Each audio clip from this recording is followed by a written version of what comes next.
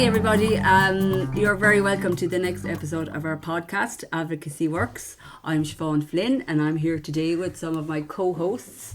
How are we doing today, Grace? You're really good, thanks. Good. This is your second time on our podcast. Yes. Yeah, you looking forward to today? Yeah, and I'm loving it. You're loving it. Yeah, very good. It's great. And the sun is shining. Yeah. That makes a difference, doesn't it? Yeah. And Claire, how are you today, Claire? Not too bad. Yeah, life is good. It is. Yeah. Yep. So today we have a very special guest. We'd like to welcome Elisha O'Keefe to our podcast. You're very welcome, Elisha. Thanks, Siobhan. We'll start off nice and easy. Elisha, you want to tell us a little bit about yourself and what you do in the Brothers of Charity, how long you've been here, just a little that you're happy to share with people. Okay. So thanks for having me. So I suppose my name is Elisha O'Keefe. I currently am working as a services manager in the area called Nova. So Nova we have 10-day services and 3 residential houses under our remit. I've been working for the Brothers of Charity since 1997. So lots of different places, lots of different experiences. So I'd say I'll be here for another 30 years. Hopefully. Yeah. That's great. Look, you're very welcome, Elisha, and this is just a chat about advocacy, and I suppose we're really going to kind of hopefully get an insight of what it is to be a manager within the Brothers of Charity Services and what you see your role as a manager. So really, I suppose we're going to start off. The ladies have prepared a few questions. Okay, looking forward to hearing them. So we will get Grace to ask her questions first. Is that all right? Yeah. As a manager, just wondering, do you take on people with intellectual disabilities in your workforce? In the workforce, I suppose we do. I suppose whoever applies for the post, we give everyone the same fair chance and the fair opportunities. I suppose we take on people. We have people with dyslexia, with those kind of disabilities. We don't have anybody with physical disabilities. And I don't think I don't know if there's anybody, to be honest with you, Grace, if there is anybody with an intellectual disability in our workforce. However, it wouldn't really be my business. Mm-hmm. If they did, if they needed supports, if somebody does come through and they need supports, whatever that support is, we'll do our best. As I said, we've helped people get computer equipment and stuff like that to help them to be able to type and write and to use their computers a little bit better. But that's the most that anyone has ever come to me and asked me for a bit of help with. That's a great question, Grace. Well done, thank you. Yeah, very good. So I'm going to ask you a question that Philip had prepared. So some of our listeners will know that Philip has done a lot, been co-host on many of our podcast episodes. So unfortunately, Philip can't make it today. So I have his question. So one of his questions was, how has advocacy grown within the service since you have been here?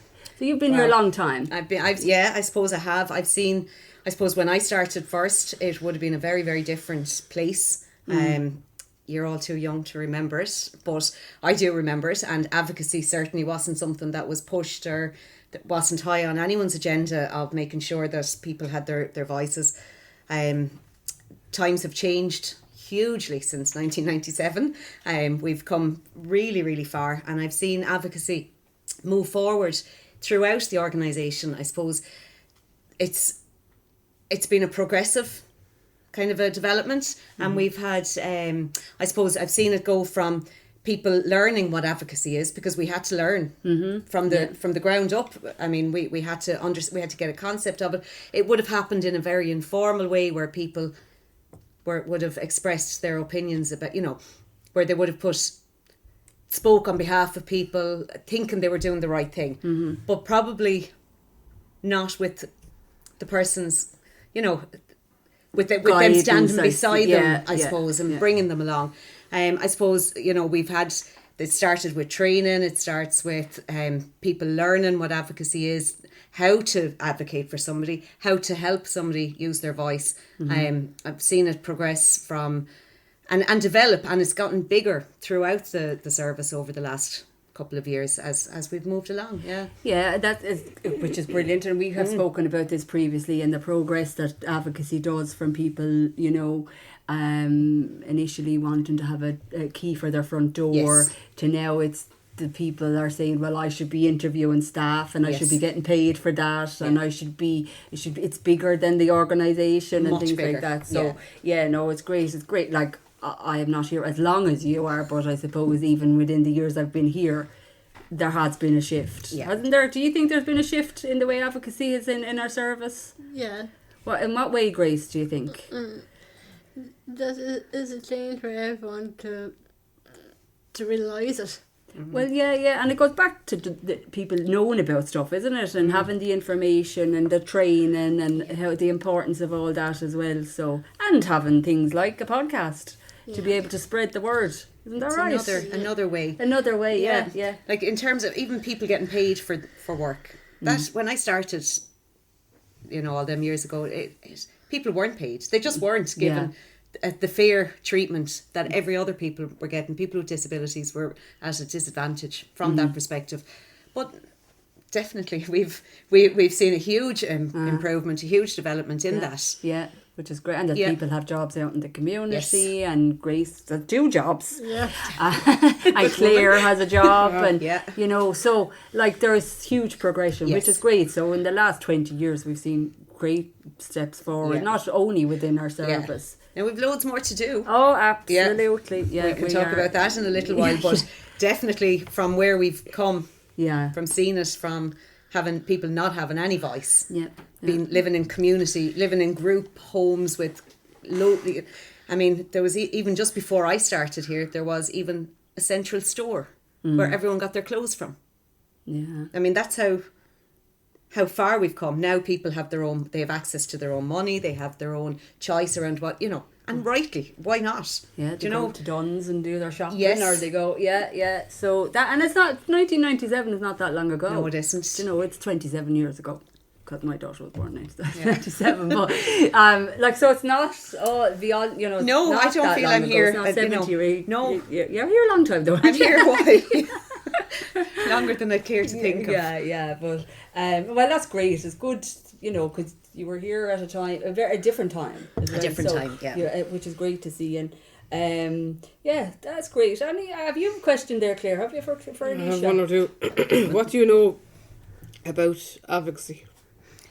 What do I know about it? Okay. Well, I suppose, like I said, when I came here first, advocacy was not a word that was put around. It was something that people didn't, you know, advocacy would have been a legal term more so than a part of our everyday conversations. So what I know about advocacy is it's empowering people to have their voice, to have their say, whether I do that for somebody or I support somebody to do it. Or do it with them, exactly. So whatever, you're guided by the person in terms of what they're after, what they want, and how you're going to help them get it. True. Yeah. That's great, Alicia. So you have progressed in your career within the service, and you're now a service manager. So as you said, you're over a number of day services, so there's a huge amount of responsibility and stuff. So I suppose from a manager's point of view, what do you see your role when it comes to advocacy within the service? Okay. Well, it's very important. My role really is to make sure that the people that are in Nova Services are being empowered to have their voice, to have that opportunity, to know that the weekly meetings are occurring, that the advocates and the staff are working together to make sure that it's not just everyone sitting around and going through a tick box exercise. Absolutely, you know, it can't be that. It has to be self-guided, self-directed, and brought forward by the people that are sitting at the table. I mean, it's not just about the staff telling people what we need to talk about, and this is our agenda. It has to be led by the people. Simple as that. What do you think of that? Would you agree with Alicia on that one? Mm-hmm. Yeah. Do you think we lead? Is it led by the people in our service? Do you think? So issues come up, and you brought it forward. Do you believe you're listened to in our service? Yeah. I suppose you have all the support now with it, so yeah, you would. You feel that you have. What would you think, Claire?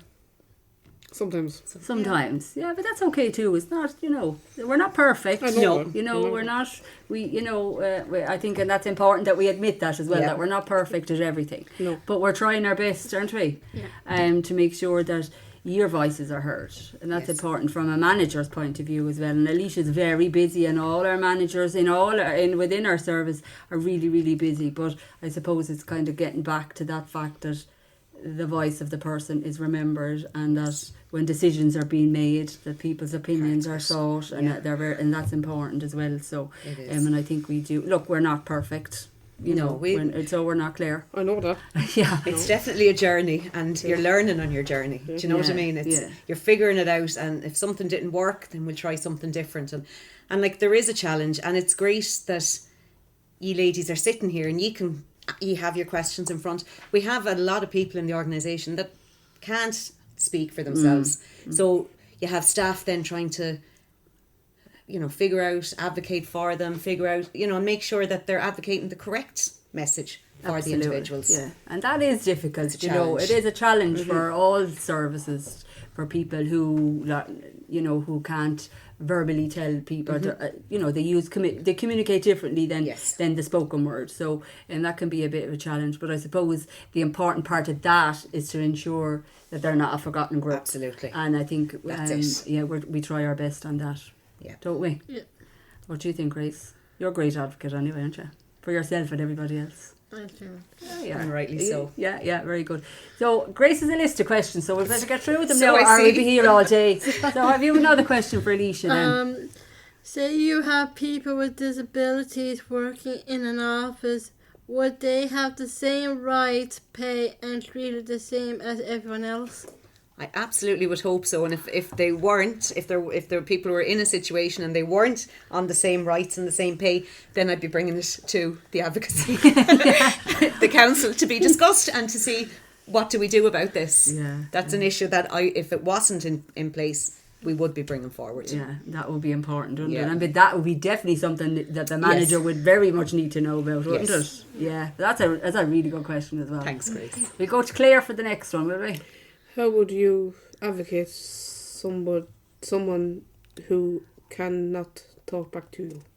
Yeah, and we kind of touched on that a few minutes ago, and it is a very tricky one, Claire. It's a very difficult, because you're speaking on behalf of somebody, so you need to be fully confident that You have to be able to. you're giving the right message for that person. And something Siobhan said there, like, people might not have the spoken word, but they have other means. We have PECs, we have love, we have lots and lots of different And ways. picture balls as well. Yeah, there's loads of different ways in how people can communicate and tell us what they want. And that's really important about, staff having good relationships with these individuals, that they can trust that their message is getting across. Yeah. That's the thing, yeah. Yeah. That was a good question. Yeah. Thanks for that, Claire. If you have another one now, poor Alicia's on the hot spot today now altogether. Putting her You're under putting me on- pressure, aren't we? Fierce pressure. Do people with intellectual disabilities have an equal opportunity to having a promotion? Again, they should do, and there's absolutely no reason why people shouldn't have the opportunity for promotion. There should be no reason, and that's where the organisation comes into play. So I suppose if somebody was working somewhere, there was a promotional job, how can we get the best out of that person to help them achieve their promotion? What do we need to do as a support system for those people? Do we need to do a little bit of training? Do we need to do some role plays? Mock interviews? All of those kind of, whatever skills are required for that promotion, we should be supporting an individual to do that. Very good. That's great questions. Yeah, she's really trying to catch me out now, aren't you? That's good. You're doing great. Yeah. No bother to Grace. There's no reason for me to be here at all anymore. It's great altogether. Have you another one, Claire? I have one more. How would you advocate with someone to get a job? To get a job? Well, there's a couple of different things you do. I suppose if I was key working with someone and they identify that they want a job, you would hope that you'd work together to figure out what their interests are, what they like, what they can do. Yeah. Realistically, and you just work with them you help. I suppose you start at the very beginning. You would, yeah. You do your CVs, you do your mock interviews, as I said there a little while ago. You'd coach, you'd support, you'd see what people, whatever the support needs, you identify the support needs, and you work on getting those. If you meet a barrier, you kind of overcome it. You don't just, here, look, we tried No. that 20 years ago, we're not going down that road again. That person can't go over there, they can't do that, they're not able. You can't accept that. No. Yeah, That's you have not to right. try it, You yeah. have to try, and you Or know, you and you go have to, around it. exactly. That's Yeah, it, Claire. very good. Thank you. And saw that there then. Yeah, good woman. Poor Elisha, this is like an interview. Oh yeah. Oh, you're put me under pressure, ladies. That's great. You're doing It's great. good, but it's great. Yeah. Look, it's great to have somebody who's a manager, Yeah. and I suppose, being asked the questions that are important to the people in our service. Absolutely. Is that right? Have you one more, Grace? Yeah, I already have All one right. more, sorry. Only one more, thank God, says Elisha. Do you think people with disabilities have a right to have social activities, and should they also have the right to be involved? 100%, absolutely. Yeah, they do. It's a no-brainer. I mean, at the end of the day, everybody should be treated the same. We shouldn't, whether people have disabilities, physical, intellectual, whatever the barrier that people are being presented with, we need to work to knock that down, to get, so absolutely, Grace. Yeah. That's great. Well done. Thank you. So I wanted to just really ask you around, I suppose, from a service manager's point of view, your role when it comes to, it's such a busy role that you have, and I suppose, how is it that you can you yourself keep connected? I know you have one service area, there's quite a lot of staff, there's quite a lot of people supported, so I suppose, how is it that you yourself keep connected with advocacy in your service? Apart from the fact that people will bring stuff to you, but I suppose how is it that you keep to ensure that advocacy, is not forgotten in your area? And I suppose I have really good support in the team leaders that work in Nova. I'm very fortunate to have that level of support from the team leaders. I know that they're on the ground, they're driving things, they keep me informed. And that's kind of, and I suppose again it's about, as you said, when issues are brought to me regularly, so you just work through, so you kind of know I would know what's going on in all the day services. I'd know the issues that people are being presented with. I'd know the problems they're having. We work as a multi-D to try and address certain issues. Yeah. And then we work with key workers to try and address others. Okay. And obviously you get families involved, as the person wants or doesn't want. So it's, but I have to say now, the team leaders really are a great support in making sure that advocacy is not forgotten about. That sounds like it's really important that you have a strong team, and people are all on the same page and things. So that's great, Elisha. I have one more question for you. Okay. This is Philip's question. I'm sorry, for Elisha. So this is Philip's question. Okay. How can advocacy get better going forward in the services? Okay. Of course, the guy that's not here throws the curveball. The curveball at the end. How can we, I suppose, keep talking about it, keep doing stuff like this, keep making sure that everyone is included. That's the only way. It's to keep it on the agendas, to keep it live, keep people informed and advised about what they're supposed to be doing, how they can be doing things, and the avenues they have if they have an issue. I mean, there's lots of ways that people in the service can be supported. And advocacy is another really good tool, and it's just making sure that everybody knows about that. And stuff like this and bringing things forward. This was never possible 25 years ago. This wouldn't have happened. No. Yeah. Yeah, no. So progress really. 10 years ago. 10 years ago it wouldn't have. It wouldn't have. So we have progressed, I think. Definitely.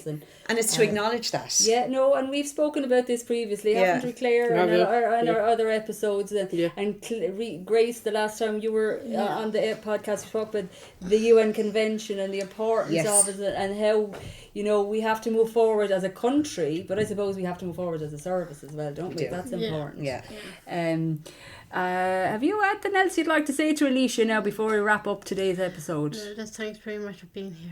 Thank you for having me. Really appreciate it. And Claire, have you anything else you'd like to say to Elisha? Thanks for coming. And thanks for making me feel so welcome. Yeah, so we really appreciate you taking time out of your really busy schedule to come and talk to us on today's episode of the podcast. You know, look, you've been here for a long, long time, so you've seen the progress. It's great to, and I suppose you're in a position now where you can make things change and make things happen and listen to the voices of the people we support. So we really thank you for taking your time today, and we hope it wasn't as bad as you thought. It definitely wasn't. Thanks for having me, lads. Yeah, so I am going to say goodbye. So it's a goodbye from me. And it's goodbye from me. Goodbye from me. And a goodbye from me.